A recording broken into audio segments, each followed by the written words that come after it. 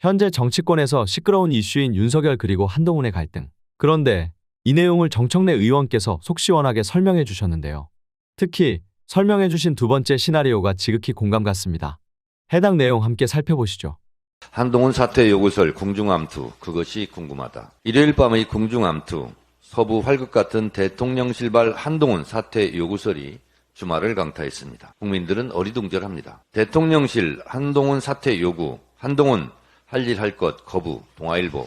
윤, 한동훈 지지 철회 보도에 한, 국민 보고 할 일 하겠다, 조선일보. 조선일보 사설에서는 한술 더 떠 최악으로 가는 김여사 문제 국민 앞에 도리인가 제하에서 이 같은 소동에 대해 김여사를 프랑스 혁명 당시 마리 앙뚜아네트 왕비에 비유하면서 대통령과 김여사의 입장 표명을 요구한 것과 무관치 않을 것이라고 보도했습니다. 언론 보도에 따르면 이관섭 대통령실 비서실장이 비공개로 한동훈 위원장을 만나 윤 대통령의 지지 철회를 밝히며 한동훈 사퇴를 요구했다는 것인데 이 비밀 회동이 언론에 공개된 것도 참 이상한 일입니다. 대통령실은 언론 보도를 부인하지 않고 대통령의 강력한 철학을 표현한 것이라고 했고 한동훈 위원장은 국민 보고 나선 길 할 일 하겠습니다라는 메시지를 냈습니다. 이를 종합하면 두 가지 시나리오가 가능합니다. 첫째, 한동훈 비대위원장 측의 김건희 디올백 사과론이 김건희 여사 부부의 영리를 건드렸고 이에 격분한 김건희 부부가 한동훈 사퇴 카드를 꺼냈을 가능성이 있습니다. 내가 감히 나를 건드려? 라는 배신감으로 눈꼴 살아온 한동훈을 버리는 카드로 결론 냈을 가능성을 배제할 수 없습니다.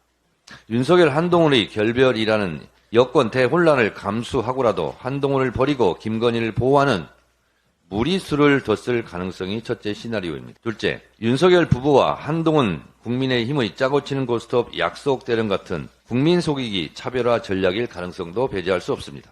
윤석열 심판 총선에서 윤석열 부부의 얼굴을 지우기 하고 한동훈 얼굴로 선거를 치르겠다는 암묵적 합의가 있었다면 다소 무리한 감이 없지 않으나 제2의 6.29 같은 한동훈 돋보이기 작전일 수도 있습니다. 만약 이런 작전이라면 이것에 속아 넘어갈 국민은 그리 많지 않아 보입니다. 어쨌든 진짜 한동훈 자르기이든 가짜 약속 대련이든 윤석열 아마추어 정권이 공당인 국민의힘 대표 이준석, 김기현 내쫓기에 이어 한동훈 비대위원장까지 내쫓는다면 대통령실의 당무 개입, 정치적 중립 위반 의무에 대한 법적 책임도 물어야 할 것 같습니다. 아침 속보로 한동훈 선민 후사할 것, 대통령실 사퇴 요구 거절 이런 기사가 떴습니다. 점입 가경입니다. 항명입니까? 친위 쿠데타입니까? 이번 소동에서 본질은 외면하고 있습니다. 이 사람들 참 국민들은 안중이 없습니다. 김건희 디올 명품백 수수는 사과할 사안이 아니고 압수수색하고 수사할 범죄 행위라는 점입니다. 사과로 퉁치고 넘어갈 사안이 절대 아닙니다. 몰카 공작이라느니 의도적 접근이라느니 방어막을 친들 김건희 여사의 디올 명품백 수수의 사실이 없어집니까? 변명하면 디올백이 공중분해되어 지구 밖으로 사라집니까? 거절할 수 있는 기회가 여러 차례 있었음에도 불구하고 받은 게 사실 아닙니까?